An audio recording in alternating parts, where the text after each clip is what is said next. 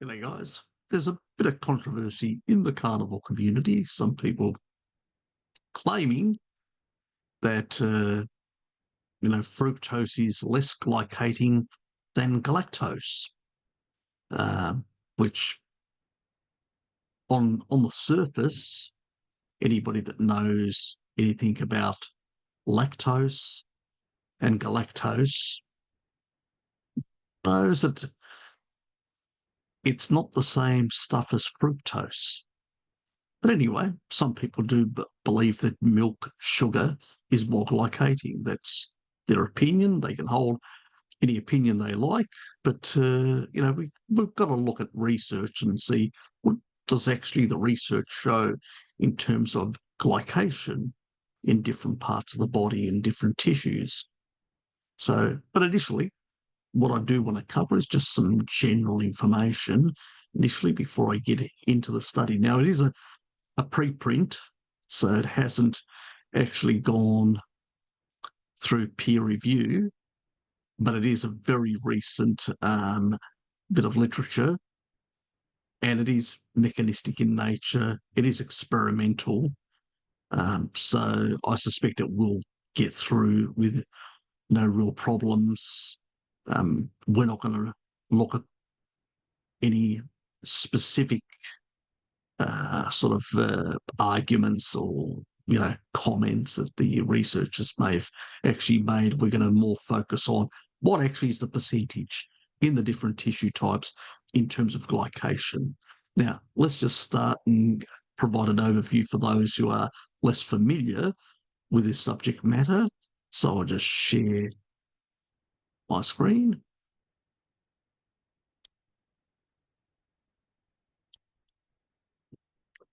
Okay. So this is an article. It's a sort of a teaching article. There is a video attached to it as well. You can go to the video if you want to know how they do stuff in labs for anyone. So this is University of London, but we'll just go down all the way down here. And this is in figure 2. I'll just click and bring that up. So pretty much what you've got is lactose hits the gut, and in the gut, it pretty much gets converted via the lactase enzymes to D-galactose and D-glucose. So that's what it is, and this one is B-D-galactose. I think it actually does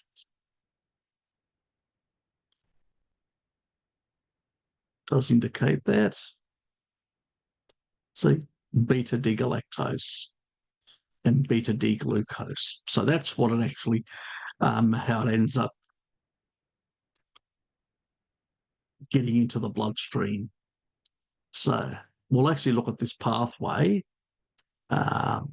This is an Argentinian physician with a French background who got the Nobel Prize, and he sort of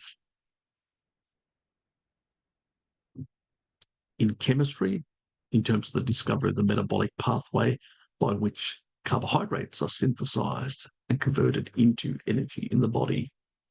So one of these key pathways, which has his surname, the Allure pathway, is a metabolic pathway for the catabolism of D-galactose. So this is pretty much it. So we've got these enzymatic pathways, steps. So we go from the gut, from B-D-galactose to A-D-galactose, and then galactokinase, which adds a phosphate group. And then it goes from A-D-galactose to galactose 1-phosphate.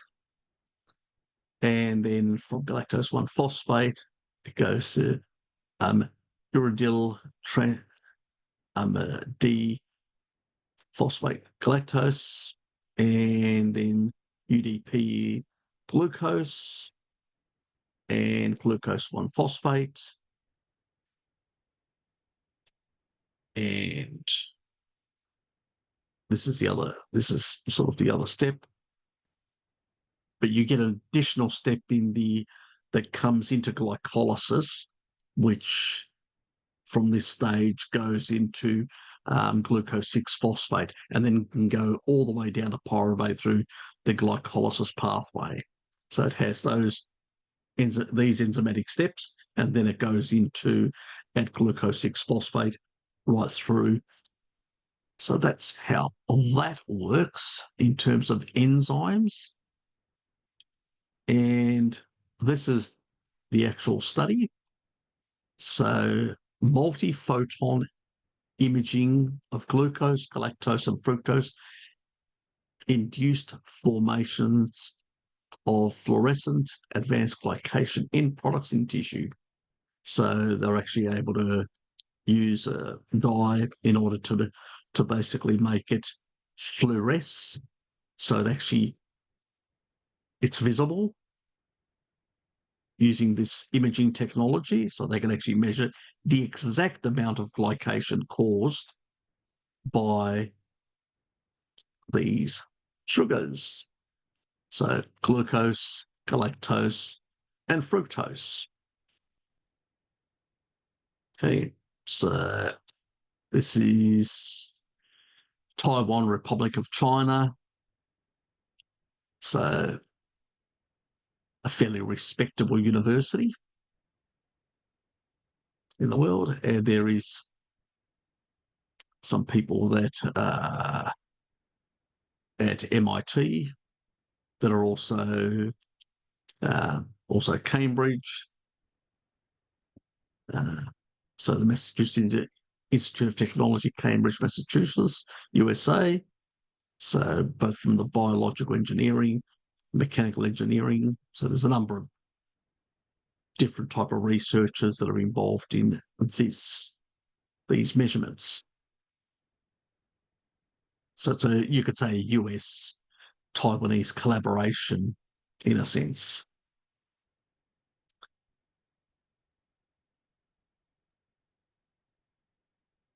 So I just want to go to the crux of this information rather than actually, people can actually read I'll actually provide a link to this study.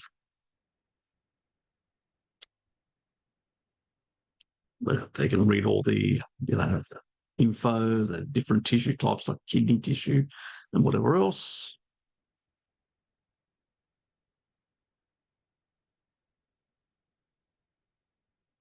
Using different stuff, sucrose, lactose, and starch.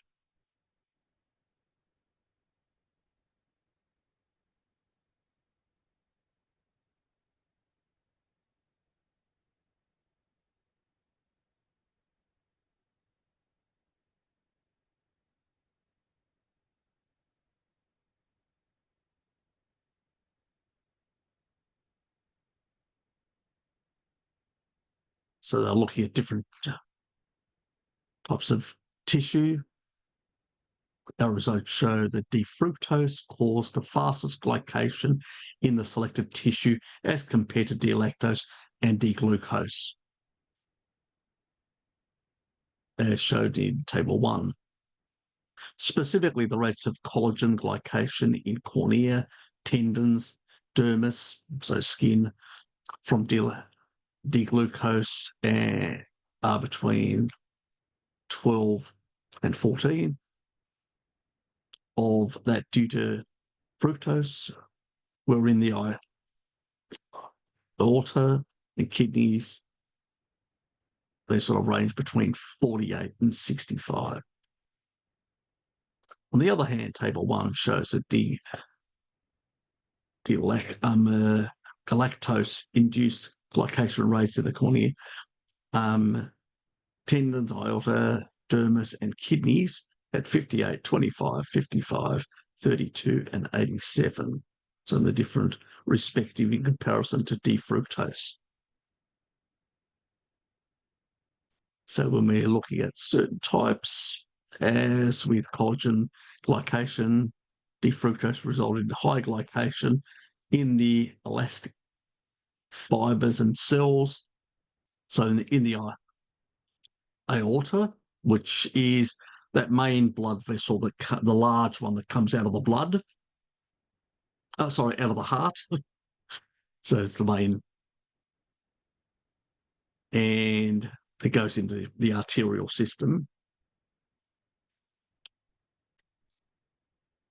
Not the other one, the venous one that comes back, not that one. And so, which is the the one that if you get certain types of stenosis or problems, it's a critical one. So D-glucose and D-lactose cause the glycation rate less than 5% to be just 59 and 52. So glucose is slightly more glycating than galactose from milk, just slightly, not much. There's not much difference. That of D-fructose. So it's substantially different in terms of these specific tissues. In the dermis, so skin, D-glucose and D-lactose result in the glycation rate of elastic fiber cells. So we're talking about here specific, not organs, but specifically tissues. Here we notice that there's 29% and 42% of that of fructose. So here in the skin, for vanity purposes, galactose is a bit more glycating in the skin, but less in critical things like the aorta. However, in the glomerular tubular cells, which is renal cortex, so we're talking about the kidneys here, glycation rates of D-glucose and D-galactose are 65 and 70% that of D-fructose. So pretty much not a lot of difference between the two. Also note in the aorta and dermis, the glycation rate of collagen was found to be higher than that of the non-collagen tissue components.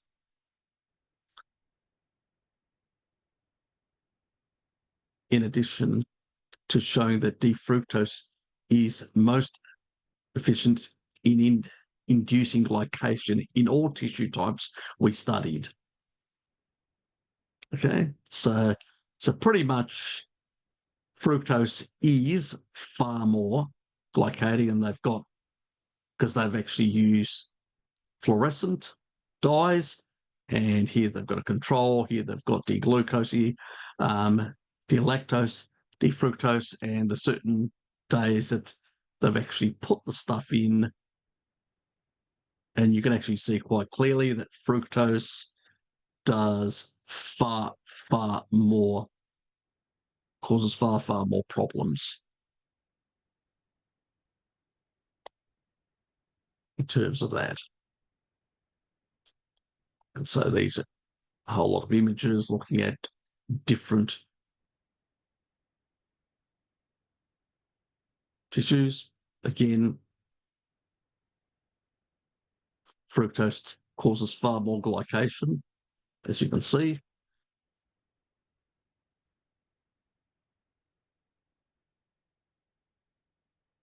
And pretty much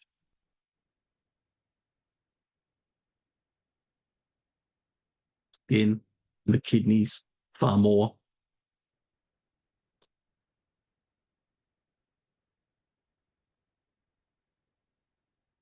In the dermis, you don't see a lot of, massive difference between the control, glucose and galactose, but there's significant difference when it comes to fructose. And we can see it in Paul Saladino, just that look at his face compared to the past and that. There's far more glycation there.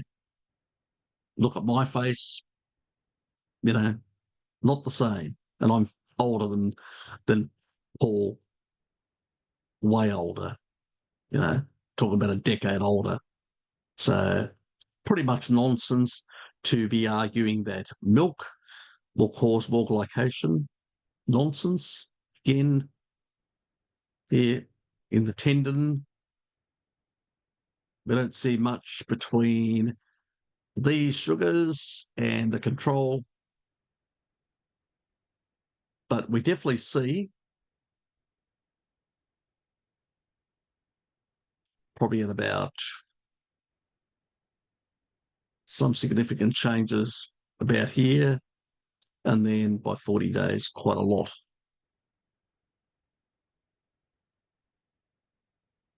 So this will just give you, between the control and all that, the sort of levels of these autofluorescence, so the dyes, sort of being noticed.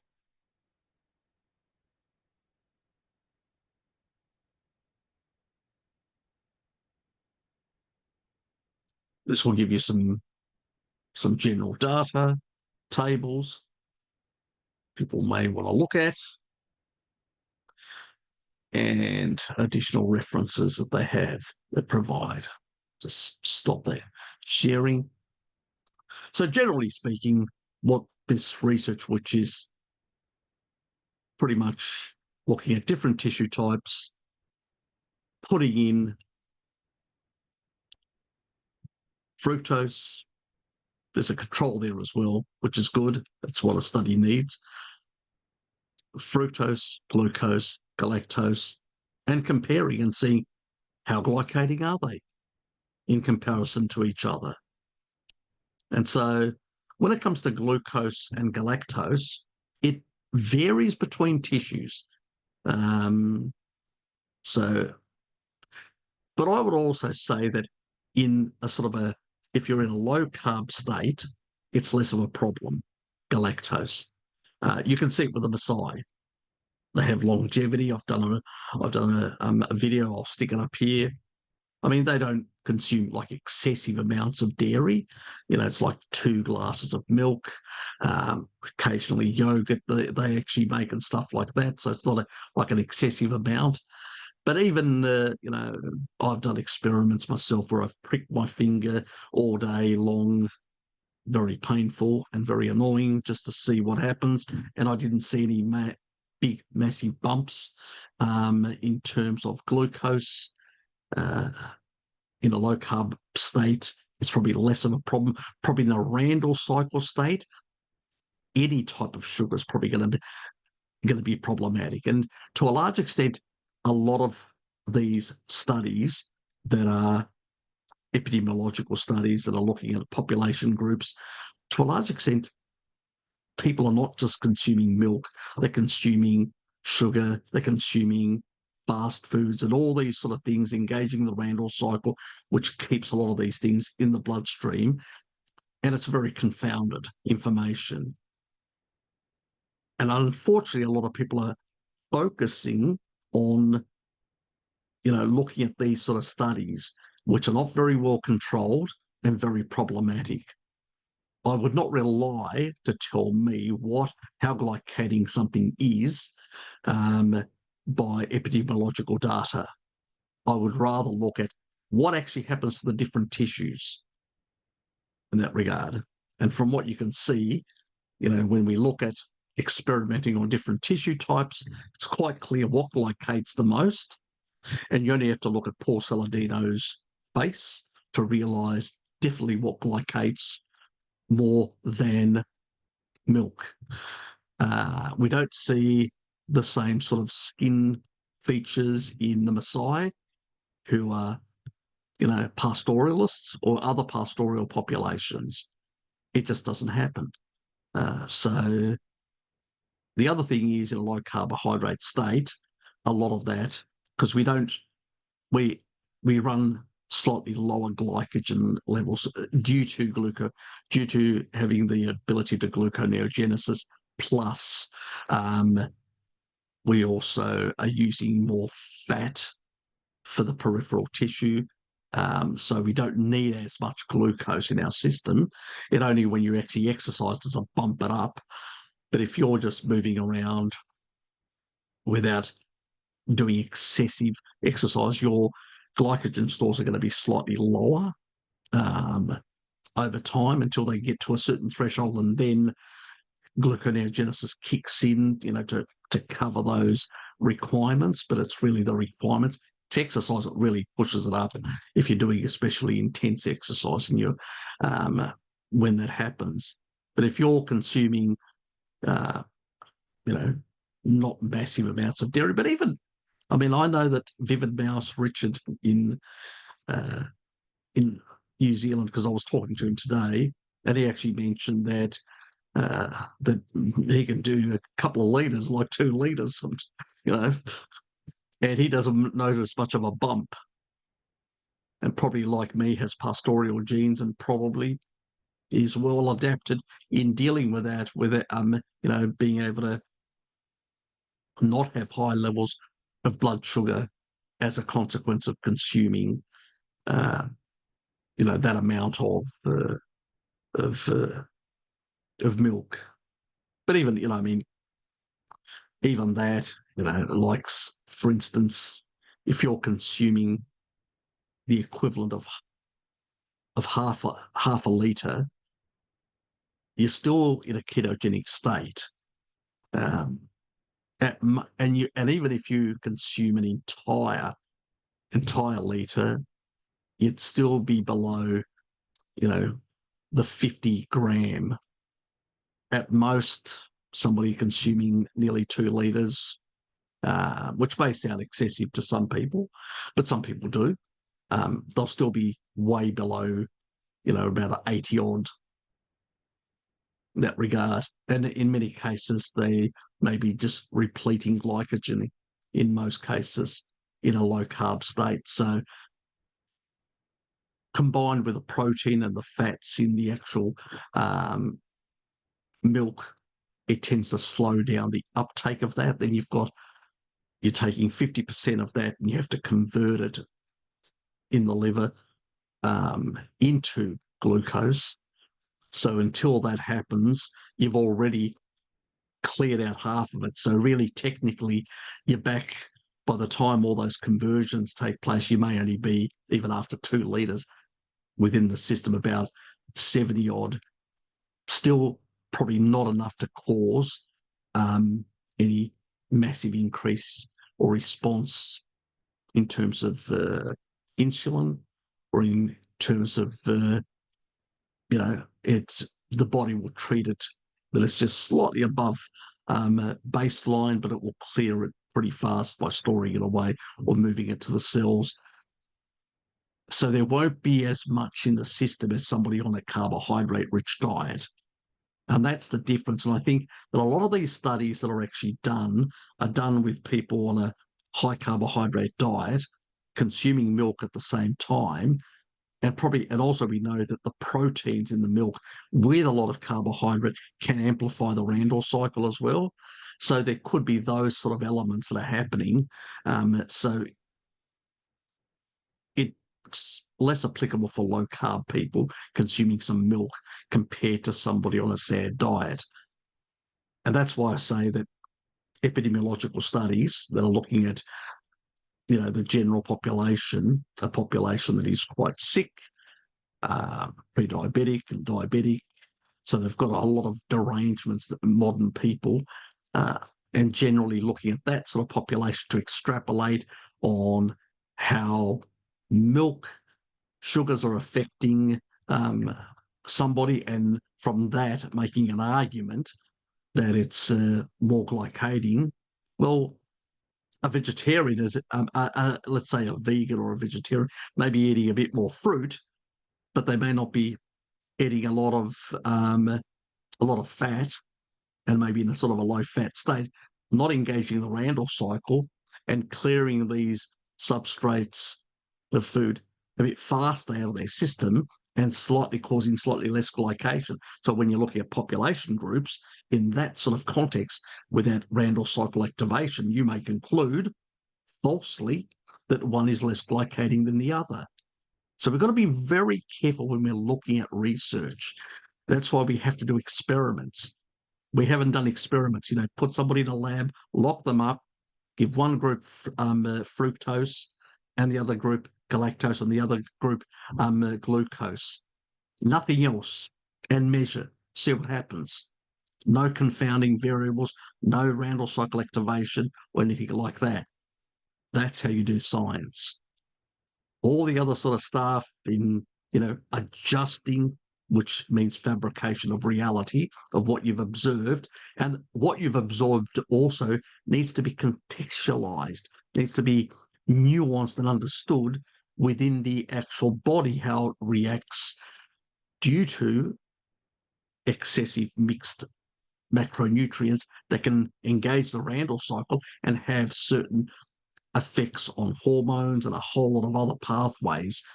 And so, as I said, a lot of this sort of observation, epidemiological sort of research, and then a lot of these food frequency questionnaires, and we know how unreliable they are, people sort of writing down things, very problematic, to say the least. We can't base on poor associations our conclusions. We need to do experiments.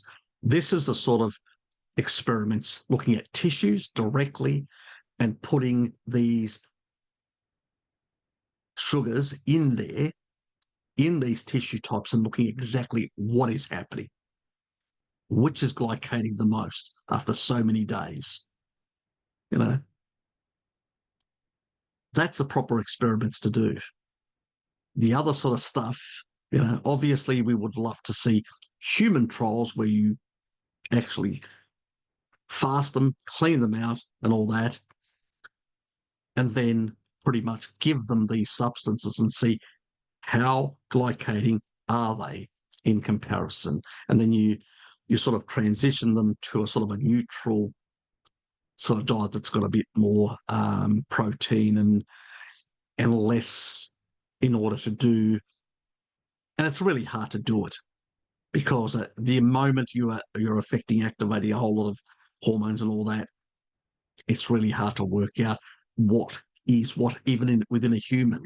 So it's sort of the only way of actually knowing exactly what glycating effect something has to a tissue type is really in a petri dish in this regard, because there's no other way. If you're putting something in, because even if somebody argues, oh, well, the Randall cycle will mean that it could be activated if you're mixing your macros up to 3 days or whatever. Well, here we've got, far more days than that, up to, what was it, 40 odd days, I believe.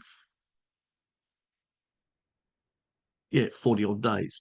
I mean, that's going to tell you whether something has more glycating effects or not, because that's just sitting there in that substance. So we can see the actual effects directly on the tissues in that regard, but the more they get exposed to a specific thing, where because of hormones, because of variability, somebody doing a mixed diet compared to a low carb diet or a low fat diet is going to get completely different results in terms of the clearance, the time, how quickly it clears out of your system. That also is going to affect how much glycation it will do. So in a low carb state, you're going to clear that stuff a hell of a lot faster, and in a low fat state as well. But you're not going to clear it as faster in a Randall cycle activated SAD diet. So that's going to be the most glycating, whatever the sugar is, because it's going to stay in the system for far longer in an elevated way. So that's going to have that effect in real sort of humans due to the Randall cycle. But when we're just looking at clearly to argue a position of what glycates the most, you've got to do these sort of experiments where you get the different tissue types and then see what actually glycates the most. There's no other way of doing it, because it would be unethical to give people this sort of stuff and then kill them and cut them up and see what happens to what's happened to their tissue. So that would be the human type of experiment, not allowed. Um, so the only other option is the petri dish sort of approach to find out and see what is glycating the most without all the other confounding variables. Um, I hope this is sort of clear to people to understand that different sugars have different glycating effects. And also the nuancing that if you're in a low carb state, certain sugars are going to be treated a bit differently than others. And we only have to look at them aside.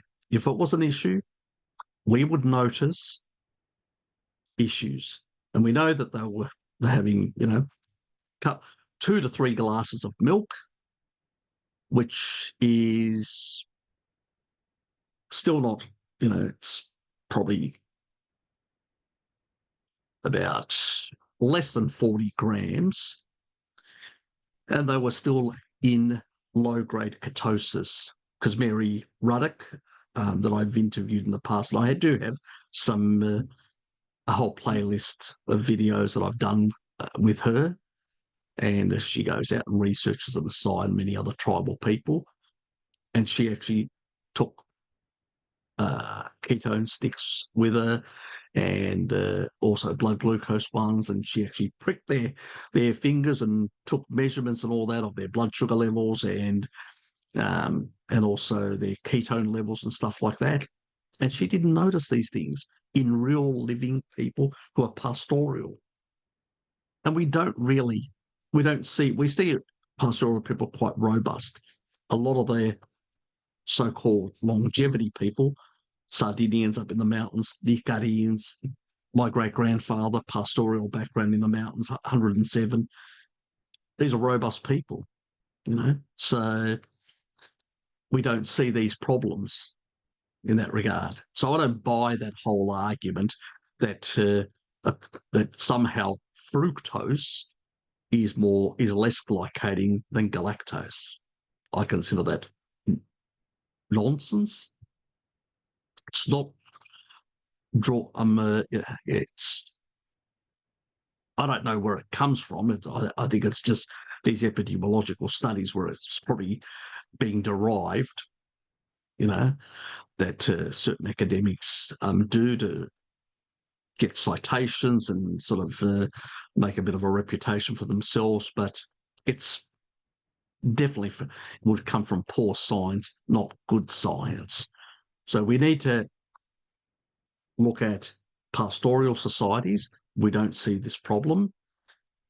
And we need to look at people like Paul before and after with fructose, and in comparison to people who are,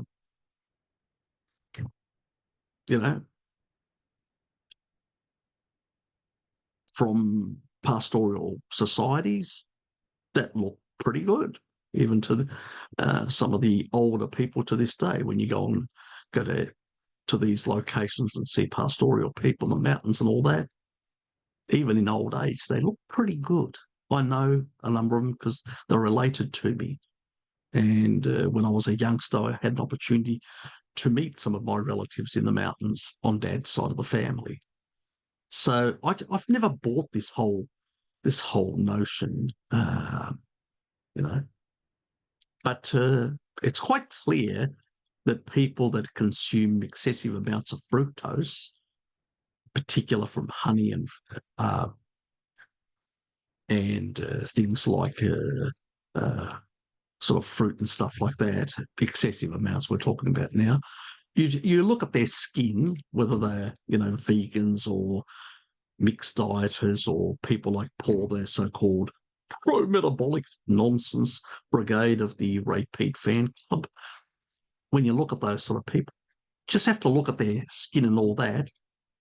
The quality of the skin isn't really there. it's not clear. It's not where I don't have those issues at all. And many other pastoral societies don't exhibit those sort of issues whatsoever. So you've got to, use a bit of common sense and realise that sometimes, I mean, you can design any study you like, and come up with any sort of bullshit you like. But as I've said in the past, epidemiological studies are very, problematic, but people still persist in using them, even in our community, which is unfortunate, but they do.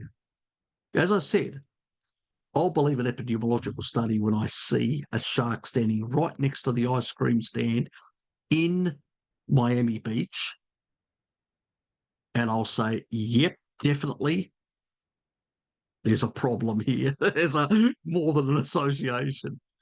It's never going to happen.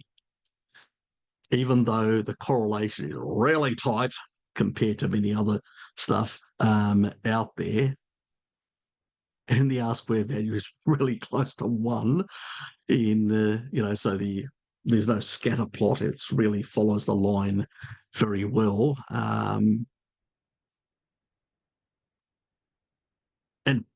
But it still fails the Bradford-Hill criteria on a number of levels, and that's why we know that it's wrong. It's not a real. It's a one of those false associations, and even common sense will tell you it's impossible for a shark. If you're just eating ice cream on Miami Beach and never go into the water, you're not going to be attacked by a shark. As I said, unless it's standing right next to the ice cream stand, only then will I believe it. So it fails on many fronts, and so there is a number of steps within the Bradford-Hill criteria that some other stuff does actually pan out, like tobacco and cancer and lung cancer. Again, there are people that, due to lifestyle factors and other things, that don't end up getting something like that. Like that French lady that lived to 122, died, and up to 115, she stopped smoking. Well, she wasn't a heavy smoker, just a couple of cigarettes a day or stuff like that. But the only reason, vanity again, she stopped at 115 because her fingers shook, as she said. So it wasn't a good look. What a reason. God. Anyway, people have their reasons. But don't fall for the nonsense, guys. Do share this video around so people can see that animal products like milk are not the evil thing that certain people are sort of trying to make out, and realizing that there are people out there that are very hostile to dairy for their own reasons, and they will make up a lot of nonsense and promote a lot of nonsense for their own reasons. A lot of this tends to come from the paleo community, even more than the vegan or from the vegetarian community. You won't get it. You may get a bit of nonsense from the vegan community, but it's all about the R word that I can't use on YouTube. The animal R things that supposedly taking their milk and doing all those sort of nefarious things, as they say. But most of this research is being pushed by pro-paleo people. So, and I see it every decade. It just gets recycled. 10 years ago, similar bullshit was being talked about. 10 years now, again, it's getting recycled. And I notice this just comes back over and over again, getting recycled, and people just ignore. And this isn't the only piece of research. There's other research that also compares galactose. This is old research, galactose to glucose, and there wasn't much difference as well. And from that, I could extrapolate from the other studies that showed between glucose and fructose and showing substantial difference. And so I could extrapolate from that from the old studies. In this case, this study actually is looking at all three. So that's the good part of it. And it's also done over a much longer period of time, where those other ones were only done for a couple of days, like a week or whatever, the older studies. This one is up to 40, showing quite clear that the longer you're exposed to fructose, you're going to see far more glycation than you will see from either glucose or galactose. That's quite clear. And this is experimental in that regarding these different tissue types. So if that doesn't convince you, nothing will convince you. I hope you enjoyed this video. Please share it with all the buffoons out there that have a different opinion than me or this study. See yous.